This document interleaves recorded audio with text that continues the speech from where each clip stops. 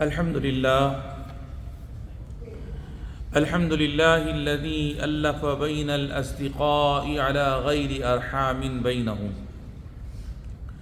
وأرسل المودة والمحبة في قلوبهم ونشهد أن لا إله إلا الله ونشهد أن سيدنا محمدا رسول الله صلی اللہ وسلم وبارک علیہ وعلى آلہ وصحبہ ومن والاه اما بعد فأوصيكم عباد الله ونفسي بتقوى الله قال جل في علاه يا أيها الذين آمنوا اتقوا الله وكونوا مع الصادقين صدق الله العظيم۔ عزیزان محترم، اصحاب ایمان، آج کا ہمارا خطبہ ایک ایسے انسان کے بارے میں ہے جو مشکلات میں کبھی آپ سے کنارہ کشی اختیار نہیں کرتا، بے لوث و بے غرض ہو کر خالص خیر خواہی کے ساتھ آپ کو نصیحت کرتا ہے۔ اگر آپ سے کوئی غلطی سرزد ہو جائے تو آپ کو راہ راست پر لانے کی کوشش کرتا ہے۔ اگر آپ کو کوئی ضرورت پیش آ جائے تو آپ کو سہارا دیتا ہے۔ وہ خوشحالی میں آپ کا حسن و جمال ہے اور مصیبت و آزمائش میں آپ کا سامان دفاع ہے۔ اگر آپ اپنے رب کو بھلا بیٹھو تو وہ آپ کو یاد دہانی کرواتا ہے، اور جب آپ اپنے رب کو یاد کرو تو آپ کی حوصلہ افزائی کرتا ہے۔ میرے بھائیوں، ان اوصاف کی حامل ہستی کا نام صدیق یعنی دوست ہے۔ تو آئیے یہ جاننے کی کوشش کرتے ہیں کہ صدیق کہتے کسے ہیں۔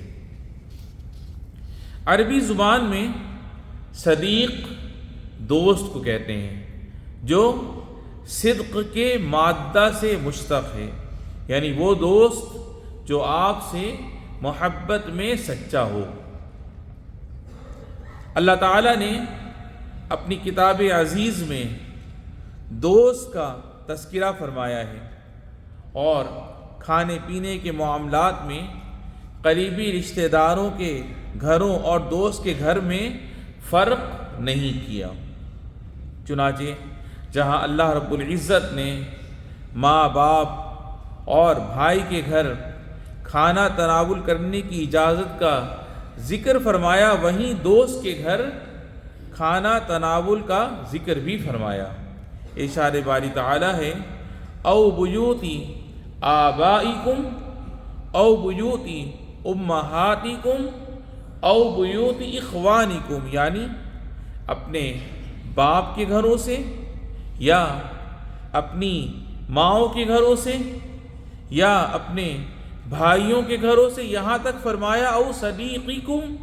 یا اپنے دوستوں کے گھروں سے۔ ہمارے نبی، ہمارے محبوب جناب نبی کریم صلی اللہ علیہ وسلم نے حضرت صدیق اکبر رضی اللہ عنہ کو اپنا صدیق و دوست بنایا، اور خود قرآن کریم نے ان دونوں حضرات کی سچی دوستی کی گواہی دی، اور زندگی کے سخت و صعب اور خطرناک ترین مواقع پر ایک دوسرے کی مدد و نصرت کو بیان فرمایا۔ ارشاد باری تعالی ہے ثانی اثنین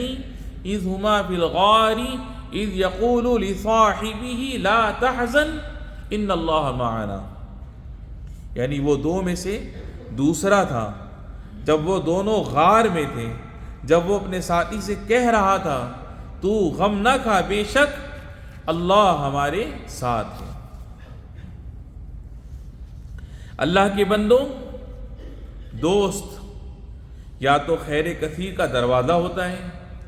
یا پھر پھیلنے والے شر کا سر چشمہ ہوتا ہے۔ نبی کریم صلی اللہ علیہ وسلم نے فرمایا مثل الجلیس الصالح ومثل جلیس السوء كحامل المسك ونافق الكير فحامل المسك إما أن تبتاع منه وإما أن تجد منه ريحا طيبا ونافق الكير إما أن يحرق ثيابك وإما أن تجد منه ريحا خبيثا. یعنی اچھے ساتھی اور برے ساتھی کی مثال کستوری یعنی مشک اٹھانے والے اور بھٹی پھونکنے والے کی ہے. بس کستوری یعنی مشک اٹھانے والا یا تو اس سے خرید لے گا یا پھر تو اس سے اچھی خوشبو پائے گا، اور جو بھٹی جھونکنے والا ہے تو یا تو وہ تیرے کپڑے جلا دے گا یا تو اس سے گندی ہوا پائے گا. حضرت لقمان علیہ السلام نے اپنے بیٹے سے فرمایا جو برے ساتھی کی صحبت اختیار کرتا ہے وہ برائی سے محفوظ نہیں رہ پاتا، اور جو نیک شخص کی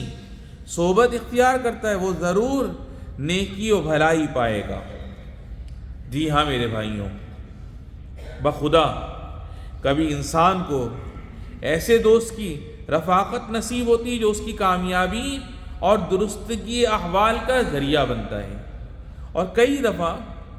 برے دوست کی ہم نشینی اپنے ساتھی کے لیے مصیبت و ہلاکت کا سبب بن جاتی ہے. فَاعْتَبِرُوا یا اولی الابصار، یعنی پس اے آنکھوں والو عبرت حاصل کرو. اور ہر شخص کو چاہیے کہ وہ خود سے سوال کرے کہ ان دونوں میں سے کسے اپنا دوست چنے. جناب نبی کریم صلی اللہ علیہ وسلم کے اس فرمان مبارک میں آپ کو جواب ملے گا لا تصحب الا مؤمنا، یعنی مومن کے سوا کسی کی صحبت اختیار نہ کرو. وہ دوست جس کا کردار آپ کو نیکی کی طرف راغب کرے، جس کا قول اللہ کی طرف آپ کی رہنمائی کرے، آپ دیکھیں گے کہ وہ اپنے دنیاوی معاملات میں ممتاز ہوگا، اور ساتھ ہی اپنے دینی امور میں ثابت قدم بھی. اس سے مشورہ مانگا جائے تو مخلصانہ صحیح مشورہ دے گا، اور حسب استطاعت آپ کی مدد میں پیش رہے گا. کسی دانا سے پوچھا گیا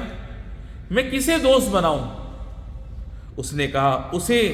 جس کا دین پختہ ہو، اس کی عقل کامل ہو، جو قریب ہو تو اکتائے نہیں، دور ہو تو بھلائے نہیں، نزدیک ہو تو تمہارا دل بہلائے، دور ہو تو تمہاری دوستی کی حفاظت کرے، مدد مانگو تو مدد کرے، اور اس کی ضرورت پڑے تو سہارا بنے. جس پر رسول اللہ صلی اللہ علیہ وسلم کا یہ فرمان صادق آئے خیر الاصحاب عند اللہ خیرہم لصاحبی، یعنی اللہ تعالیٰ کے نزدیک ساتھیوں میں سے بہترین ساتھی وہ ہے جو اپنے ساتھی کے لیے بہتر ہو. یا ایھا الذین آمنوا اطیعوا اللہ واطیعوا الرسول واولی الامر منکم. اقول قولی ھذا واستغفر اللہ لی ولکم فاستغفروا. الحمد للہ وحدہ والصلاة والسلام علی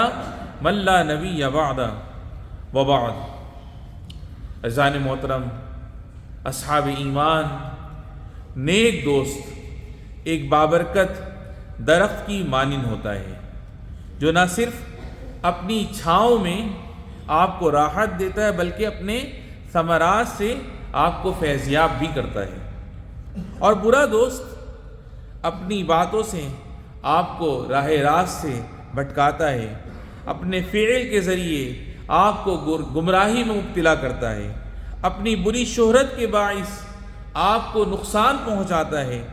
آپ کا وقت برباد کرتا ہے اور آپ کی عمر بے مقصد کاموں میں گنواتا ہے. تو خبردار ایسے برے دوست سے بچیے، کیونکہ اس کی صحبت کا نقصان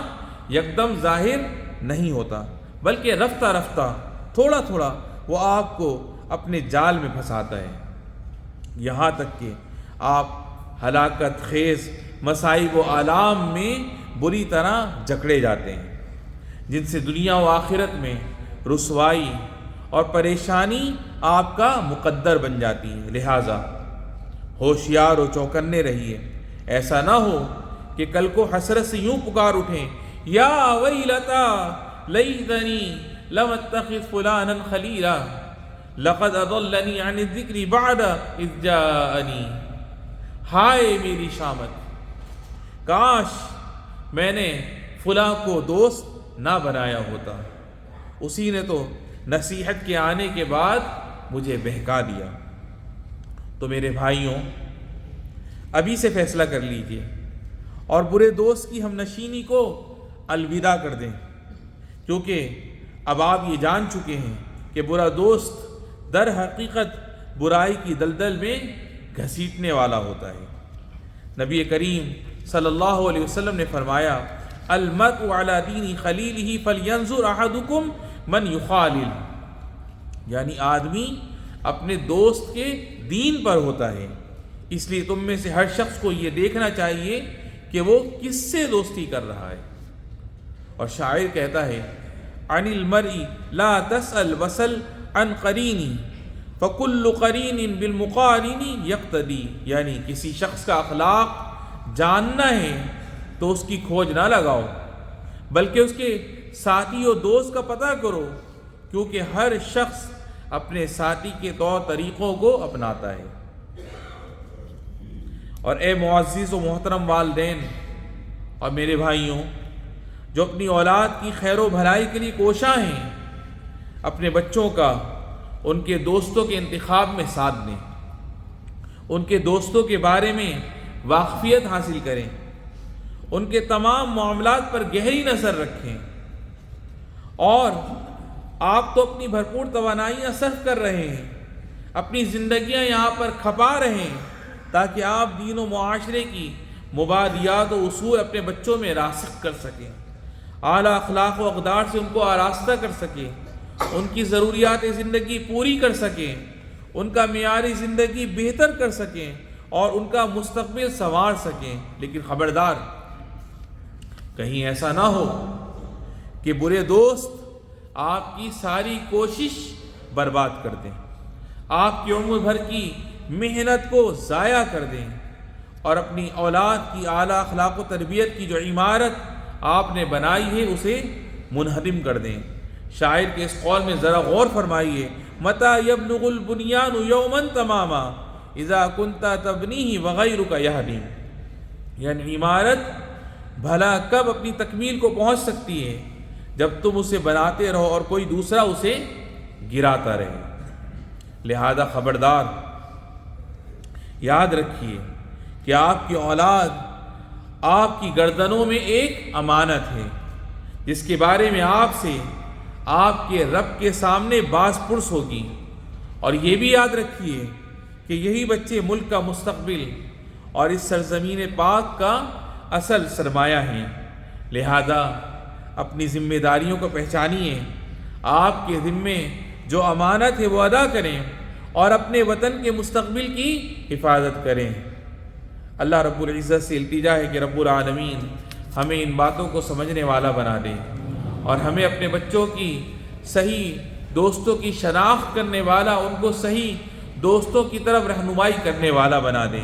رب العالمین ہمیں، ہمارے والدین، بہن بھائی اور بیوی بچوں کو صحت و سلامتی اور عافیت والی زندگی نصیب فرما، اور جن کے والدین اور بہن بھائیوں میں سے جو بھی تیری بارگاہ میں چلے گئے رب العالمین ان سب کی بے حساب بخشش و مغفرت فرما۔ ھذا وصلوا وسلموا علی سیدنا و نبینا محمد، اللہم صل وسلم وبارک علیہ وعلی آلہ وصحبہ والتابعین، وارض اللہم عن سائر الصحابۃ الاکرمین۔